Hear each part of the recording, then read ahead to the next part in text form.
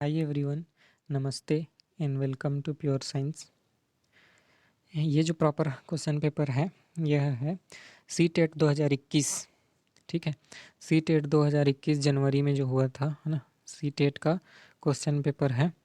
तो paper two है ये, है ना। यहाँ पर आप देख सकते हैं, यहाँ पर पेपर टू है और ये एम सेट है। ठीक है, सेट है जो एम सेट है। ठीक है, तो अ, ये जो क्वेश्चन है ये पार्ट वन है, यानी भाग एक पार्ट वन। यह सीडीपी का है, चाइल्ड डेवलपमेंट एंड पेडागोजी का। ठीक है, तो इसके क्वेश्चन को हम सॉल्व करेंगे, चाइल्ड डेवलपमेंट एंड पेडागोजी का। ठीक है, तो चलिए शुरू करते हैं।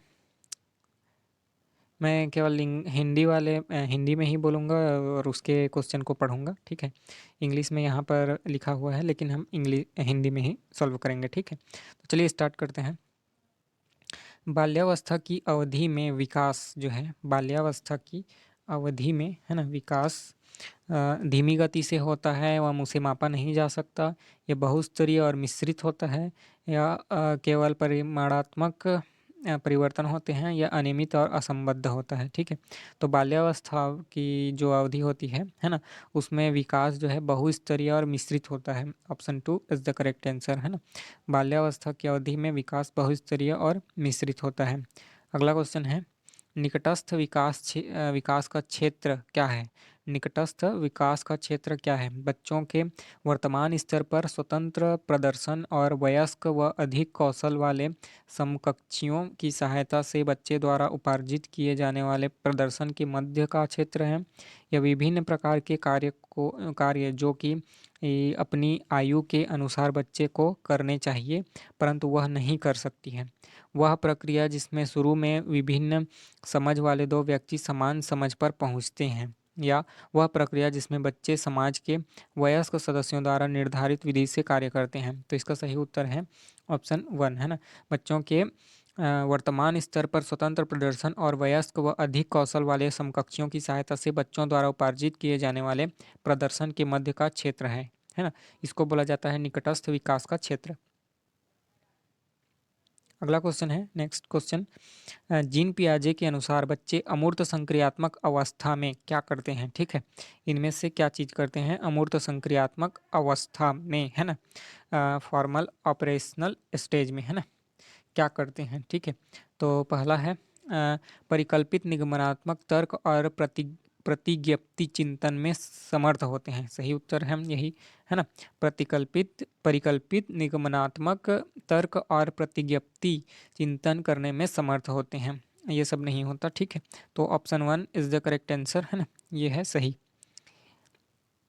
लॉरेंस कोलबर्ग की नैतिक विकास के सिद्धांत के अनुसार व्यक्ति किस अवस्था में है जब वह विश्वास करता है कि वर्तमान सामाजिक प्रणाली को सक्रियतापूर्वक बनाए रखने से धनात्मक मानवीय संबंध और सामाजिक वर्ग सुरक्षित रहता है।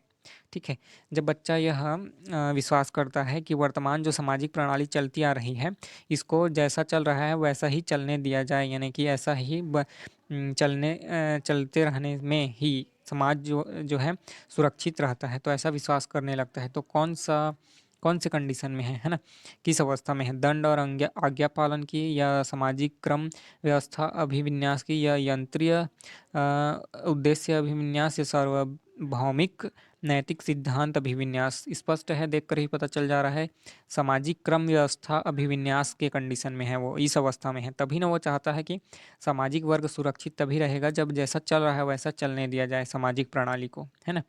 तो ऑप्शन दो जो है सही उत्तर है। अगला अगला क्वेश्चन, हार्वर्ड गार्डनर के बहुबुद्धि सिद्धांत मल्टी इंटेलिजेंस या मल्टीपल इंटेलिजेंसेस के सिद्धांत के अनुसार निम्नलिखित में से कौन सा जोड़ा बुद्धि के प्रकार और अंत स्थिति अनुपालन संभावना के अनुसार सही है। यहाँ जोड़ा दिया हुआ है बुद्धि का प्रकार और अंत स्थिति अनुपालन संभावना, तो कौन सा जोड़ा जो है सही है यह बताना है ना। तो स्थानिक और दिया हुआ है मनोवैज्ञानिक, तो कौन सा जोड़ा सही है यही बताना है ना। स्थानिक स्थानिक मनोवैज्ञानिक, यह जोड़ा तो सही नहीं है। अंतर्वैयक्तिक विक्रेता, भाषिक और मूर्तिकार शारीरिक गति संवेदनता और खिलाड़ी, है ना, शारीरिक गति संवेदनता ये खिलाड़ी के साथ संबद्ध होता है, यह तो सही है बिल्कुल, है ना। शारीरिक गति संवेदनता और खिलाड़ी से संबंधित होता है, ठीक है, तो सही है। अगला क्वेश्चन, लेव वाइगोत्स्की के अनुसार बच्चों के संज्ञानात्मक विकास में भाषा की एक महत्वपूर्ण भूमिका है। यह बच्चे भाषा अधिग्रहण यंत्र द्वारा भाषा सीखते हैं, ऐसा तो नहीं है, ठीक है। तो हाँ, अगला है, बच्चों का संज्ञानात्मक विकास चरणों में होता है। स्कीमा के परिपक्वन से बच्चों में संज्ञानात्मक विकास अग्रसर होता है ना। तो सही उत्तर है ऑप्शन 1, है ना। बच्चों के संज्ञानात्मक विकास में भाषा की एक महत्वपूर्ण भूमिका है, संज्ञानात्मक विकास में, ठीक है, कॉग्निटिव डेवलपमेंट में भाषा की भूमिका इम्पॉर्टेंट होती है, ठीक है। तो option 1 is the correct answer. अगला क्वेश्चन देखते हैं, एक प्रगतिशील कक्षा में शिक्षण अधिगम प्रक्रिया के दौरान अधिगमकर्ताओं का मूल्यांकन, है ना। प्रगतिशील कक्षा में शिक्षण अधिगम, है, लर्निंग टीचिंग प्रोसेस जो होता है, टीचिंग लर्निंग प्रोसेस, उसके दौरान जो है अधिगमकर्ताओं का मूल्यांकन बच्चों के अधिगम में सहायक नहीं है। सहायक कैसे नहीं होगा, ठीक है। बच्चों की अधिगम प्रक्रिया में रुकावट उत्पन्न करता है, ये कैसे होगा, है ना। अभिभावकों को प्रतिपुष्टि देने के प्रयोजन से बेहद कम सफल व असफल विद्यार्थियों को पहचानने में सहायक होता है, यह भी सही नहीं है। Option 4 is the right answer, है ना। सही उत्तर है बेहद महत्वपूर्ण है ना, क्योंकि यह बच्चों की समझ की जानकारी देता है कि वो कितना समझे हैं, है ना। अगर कम समझे हैं तो उनको और अधिक समझाओ, इस प्रकार से, है ना। और अध्यापक को अपने शिक्षा शास्त्र पर विचारने में सहायक होता है, यानी कि अध्यापक जो है जिस तरीके से पढ़ा रहा है वह सही है कि नहीं, इसको जानने में मदद मिलता है, ठीक है। तो शिक्षा शास्त्र पर विचारने में सहायक होता है। Option 4 is the correct answer.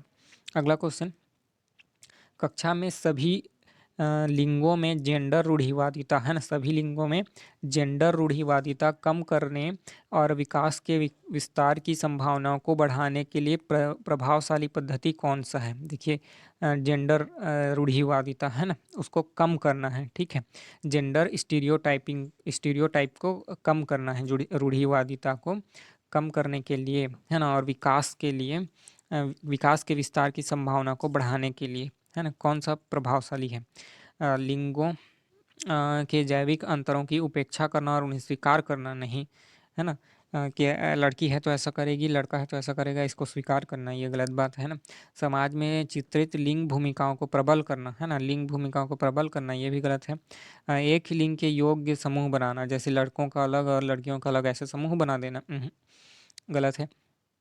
चौथा सही है, क्रियाकलाप के लिए मिश्रित लिंग समूह बनाना और विचार विमर्श को प्रोत्साहित करना, ठीक है। मिश्रित लिंग बनाना चाहिए, है ना।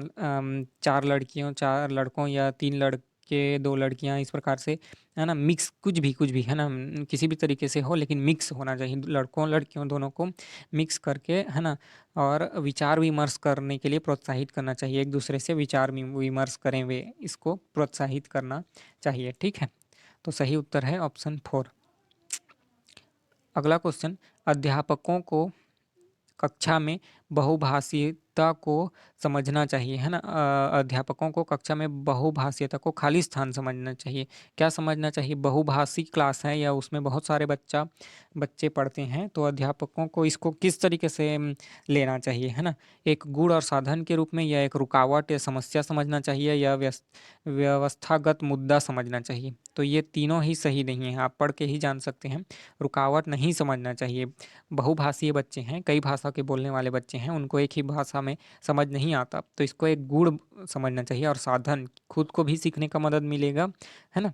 और बच्चों का तो क्लियर हो ही जाएगा अगर उनको अलग अलग भाषाओं में अलग अलग कॉन्सेप्ट के साथ समझाएंगे अच्छे तरीके से, तो ये बहुत अच्छी बात है, ठीक है। तो उसको एक साधन समझना चाहिए और एक गुण समझना चाहिए।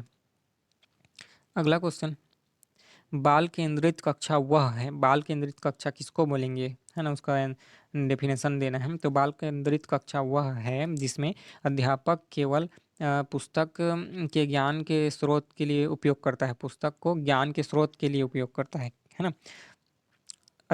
बाल केंद्रित पूछा गया है हमको, ठीक है। तो obvious सी बात है, ये तो नहीं होगा, है ना।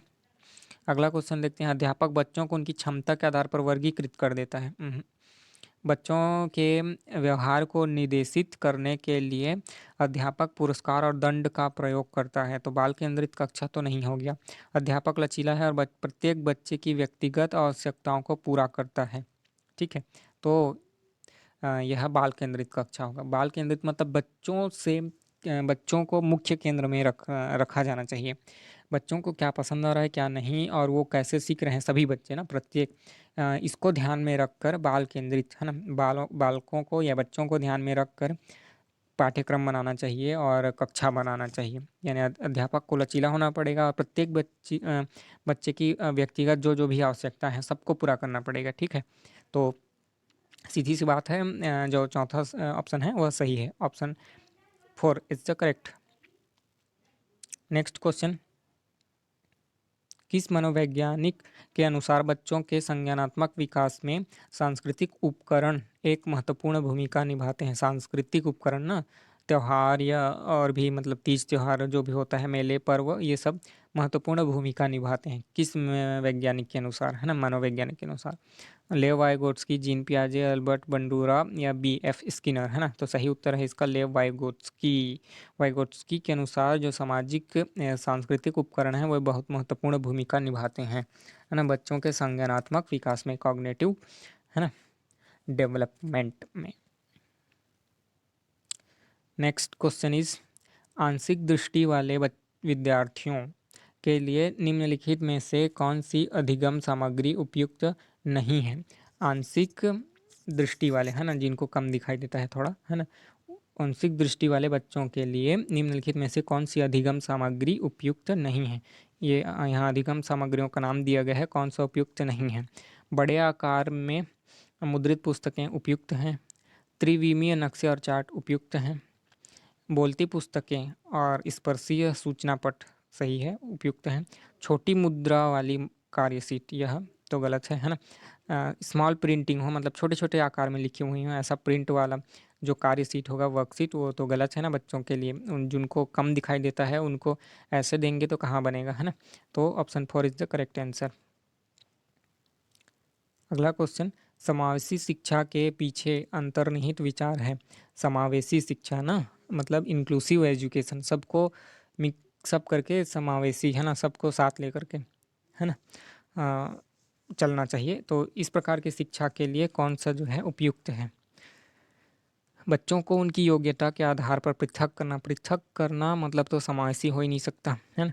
बच्चों की अक्षमताओं के आधार पर उनकी सीमाओं की पहचान के लिए उन्हें नामांकित करना गलत है। अलग अलग अक्षमताओं वाले बच्चों के लिए विशिष्ट शैक्षिक संस्थाओं का प्रावधान, तो सबको अलग ही अलग पढ़ा देंगे तो फिर तो वो तो अलग ही हो गया ना, और टीचर भी उतने नहीं मिल पाएंगे और इतनी व्यवस्था सुविधा करना संभव नहीं है। ठीक है, समावेशी का मतलब सबको एक साथ लेकर के चलना। ठीक है, तो यहाँ पर बोला गया है दार्शनिकता की सभी ही बच्चों को नियमित विद्यालय में समान शिक्षा पाने का अधिकार है, ये सही है। नियमित विद्यालय में ही यानी रेगुलर जो आसपास के कॉलेज या स्कूल होते हैं उसी में पढ़ाना है सबको, और समान शिक्षा पढ़ाना है, वही सिलेबस सबके लिए होना चाहिए। ये है समावेशी शिक्षा, सबको साथ लेकर के चलना। ठीक है, मतलब कि सबको एक साथ पढ़ाना एक ही विद्यालय में एक समान से। अगला क्वेश्चन, प्रतिभाशाली और सृजनात्मक बच्चों की आवश्यकताओं को, है ना, किस प्रकार संबोधित किया जाना चाहिए? प्रतिभाशाली बच्चे हैं और सृजनात्मक बच्चे हैं, तो उसकी आवश्यकता को किस प्रकार देखना चाहिए? चुनौतीपूर्ण कार्य और निरस्ता दूर करने के लिए क्रियाकलाप देकर, है ना। प्रतिभाशाली और सृजनात्मक बच्चों को यानी जो ज़्यादा हैं, ज़्यादा ही इंटेलिजेंट हैं, कुछ बहुत ज़्यादा इंटेलिजेंट हैं, जो टॉपर बच्चे होते हैं समझ जाइए, या एक्स्ट्रा ऑर्डिनरी दिमाग वाले बच्चे होते हैं, उनको और किस प्रकार से शिक्षा देनी चाहिए? तो ये सही है, चुनौतीपूर्ण, यानी उसको और ज़्यादा चुनौतीपूर्ण कार्य देते रहना चाहिए ताकि और अच्छे कर पाएँ, है ना। उसको पढ़ें, उसको सॉल्व करें, तो उससे और ज़्यादा कठिन क्वेश्चन तो उसको सॉल्व करें, तो ये उनके हंगर को बढ़ाएगा और सीखने में मदद करेगा, उनकी प्रतिभा को निखारेगा। ठीक है, वे प्रश्न देकर जिनमें अभिमुखी चिंतन की आवश्यकता होती है, ये सब नहीं है। ठीक है, तो सही उत्तर है पहला। देखते हैं अगला क्वेश्चन। पठन वैफल्य है ना, पढ़ने में जो अक्षम होते हैं वो बच्चे है ना, डिसलेक्सिया से प्रभावित बच्चे। पठन वैफल्य मतलब पढ़ने में जो अक्षम होते हैं, या डिसलेक्सिया जिसको इंग्लिश में बोला जाता है, कि बच्चों की पहचान किस प्रकार की जा सकती है ना, बच्चों की पहचान किस प्रकार की जा सकती है जिनको डिसलेक्सिया हुआ हो। उनके सामाजिक एवं सांस्कृतिक संदर्भ को जानकर, पूर्ण शारीरिक स्वास्थ्य परीक्षण करके, स्वास्थ्य परीक्षण का क्या ज़रूरत है, ठीक है। अम, उनके पढ़ने और लिखने की कौशलता के विश्लेषण से, इसी से पता चल जाएगा, ठीक है।